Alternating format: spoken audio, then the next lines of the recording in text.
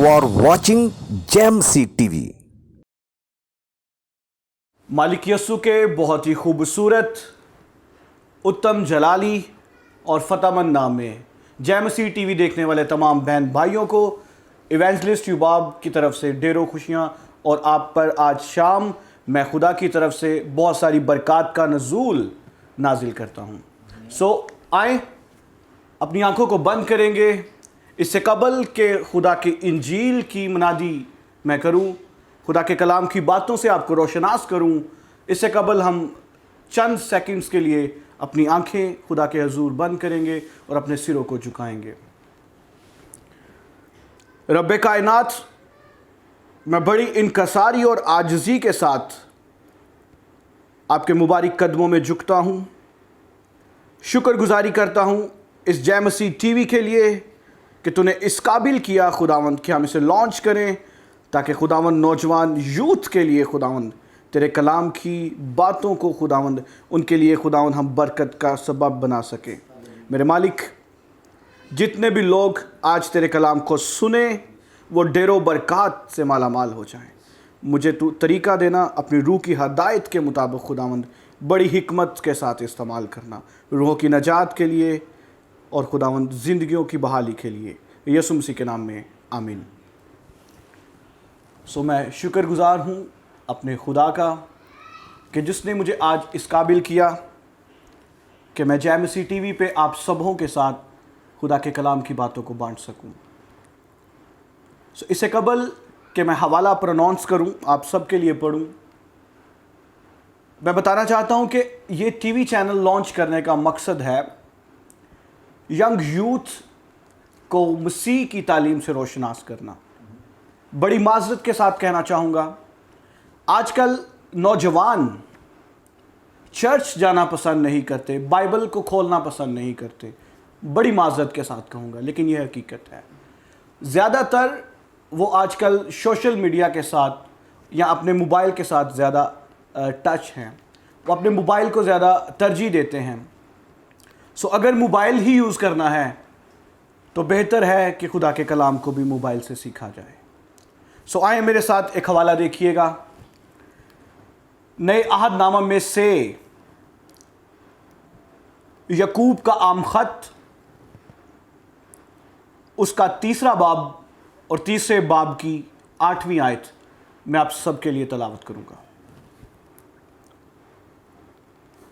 मेरे अजीज़ों, कलाम अक़दस के अंदर कुछ यूँ लिखा है, मगर ज़ुबान को कोई आदमी काबू में नहीं कर सकता। वो एक बला है जो कभी रुकती ही नहीं, ज़हर कातिल से बरी हुई है। पाक कलाम का पढ़ा और सुना जाना हम सब की ज़िंदगियों के लिए बाइस बरकत साबित हो। आज जो हवाला मैंने आपके सामने तलावत किया है, इसके मुताबिक आज जो हमारा टॉपिक है वो है अपनी ज़ुबान को काबू में रखें। Keep control on your tongue. याद रखें मेरे अजीज़ों, ज़ुबान के लिए इब्रानी में जो लफ्ज़ इस्तेमाल हुआ है वो है लाशून कब, अरबी में लिसान, यूनानी में ग्लोसा और इंग्लिश में टंग और उर्दू में ज़ुबान। अब ये ज़ुबान जो है ये इंसानी जिस्म के अंदर एक ऐसा अज़ू है जो क़ुव्वत गोयाई के तौर पर इस्तेमाल किया जाता है। क़ुव्वत गोयाई से मेरी मुराद ऐसा अज़ू जो हमें बोलने में मदद देता है। और ये लफ्ज़ गोयाई जो है ये आपको अय्यूब की किताब के अंदर मिल जाएगा। ये बाइबल में से लफ्ज़ जो है आपको मिलेगा। खुदा का बंदा अय्यूब, याद रखें अय्यूब में 4 सिफ़ात पाई जाती थी।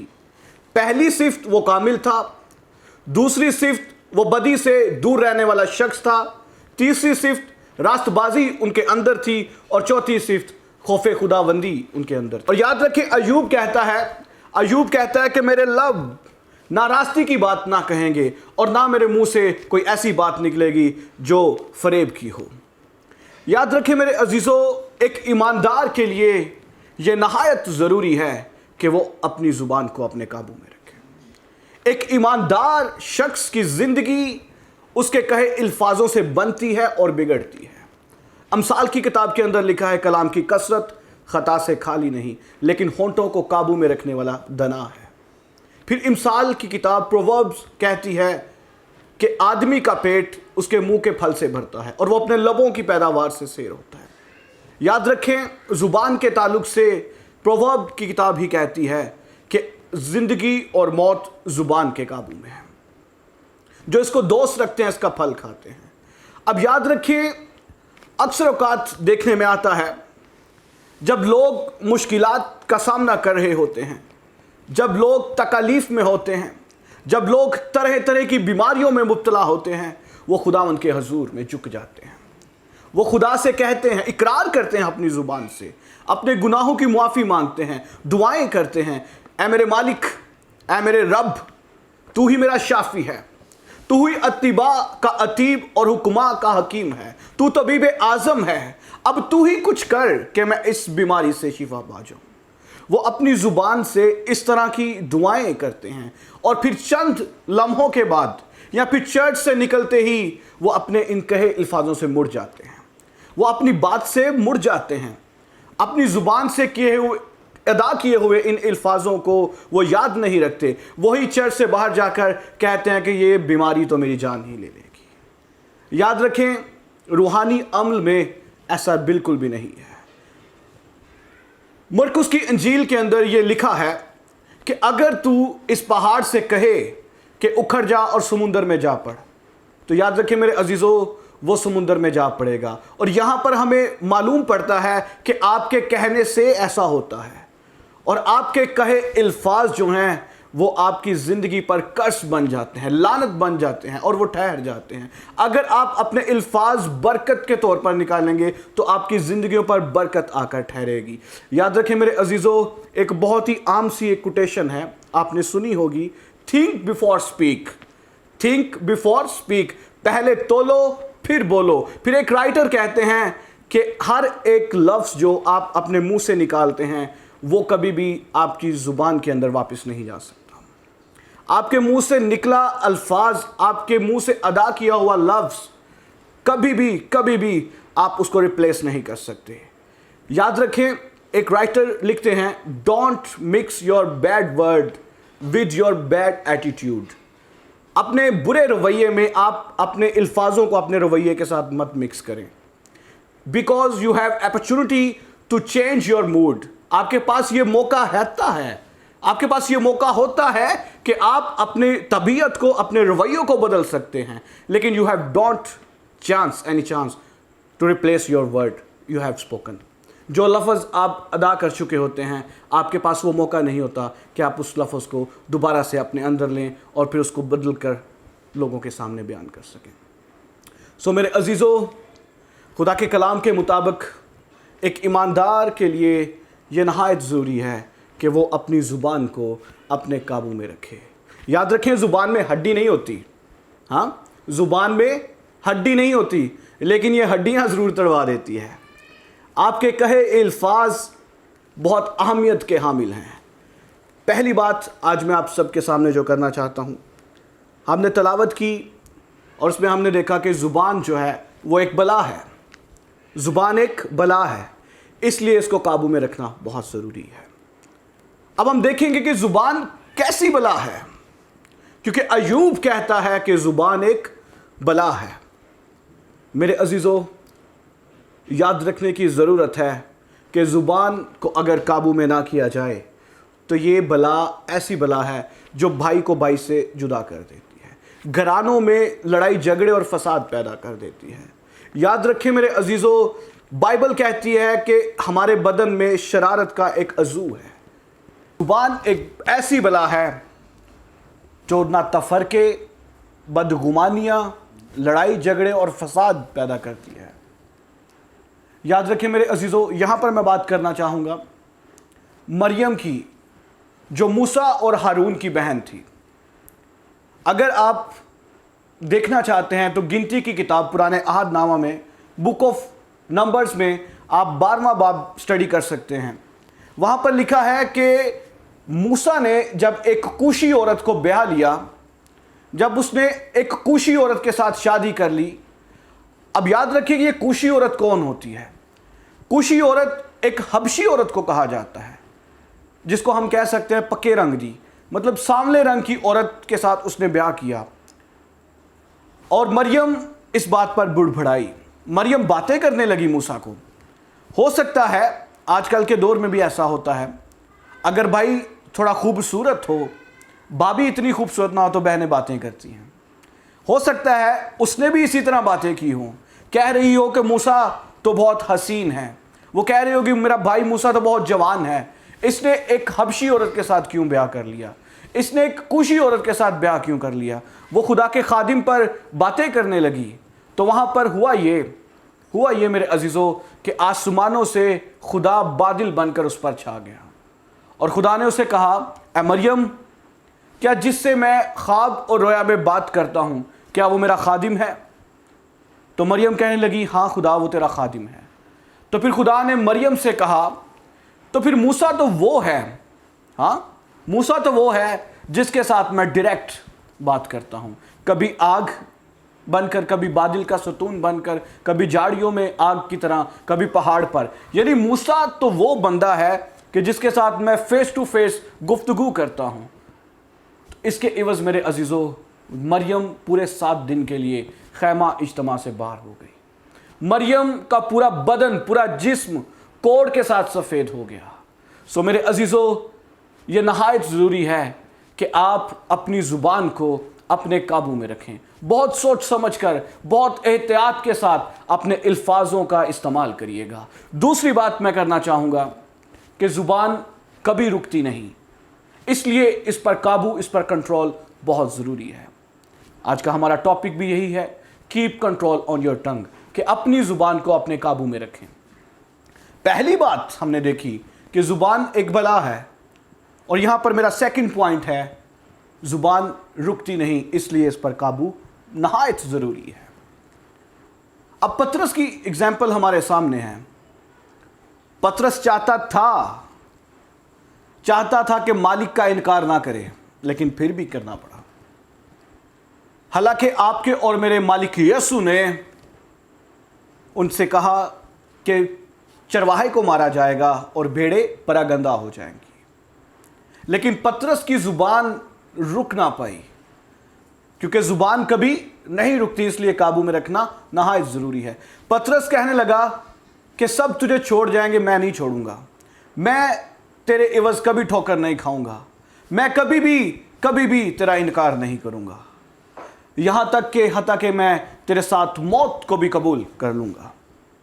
लेकिन हुआ ये, आपके और मेरे मालिक ने कहा कि तू आज ही सुबह मुर्ग के बांग देने से पहले 3 बार मेरा इनकार करेगा। और याद रखें मेरे अजीज़ों, ऐसा ही हुआ। उसने अपनी ज़ुबान से 3 बार मालिक यीशु का इनकार किया, और तीसरी बार तो लानत करके उसने यीशु का इनकार कर दिया।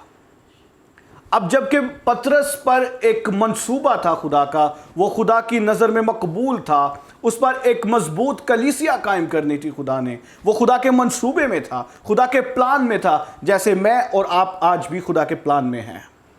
वो खुदा के प्लान में था, खुदा उससे खिदमत लेना चाहता था। अब इनकार हुआ था, इसलिए 3 बार उसकी ज़ुबान से इकरार भी नहायत ज़रूरी था। यूहन्ना की इंजील उसके आखिरी बाब को अगर आप मताला करेंगे तो आपको मालूम पड़ता है कि खुदा यानी कि यीशु उस पर ज़ाहिर हुआ जब वो किश्ती में था।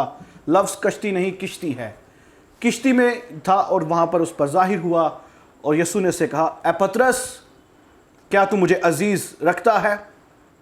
तो उसने कहा, हाँ खुदा, मैं तुझे अजीज़ रखता हूँ। दूसरी बार फिर इकरार किया। खुदा ने कहा, क्या तू मुझसे अजीज़ रखता है मुझे? पतरस कहने लगा, हाँ मालिक, मैं तुझे अजीज़ रखता हूँ। तीसरी बार फिर पूछा गया। 3 बार इनकार ज़ुबान से, और 3 बार ज़ुबान से इकरार भी ज़रूरी था, क्योंकि खिदमत लेनी थी खुदा ने उससे। तीसरी बार पूछा, क्या तू मुझे अजीज़ रखता है? तो बाइबल मुकद्दस में लिखा है, वो बड़ा दिलगीर हुआ। वो दिलगीर हुआ और कहने लगा, मालिक तू बेहतर जानता है, मालिक तू बेहतर जानता है। सो मेरे अजीज़ों, 3 बार इनकार के बाद 3 बार उसकी ज़ुबान से इकरार भी ज़रूरी था।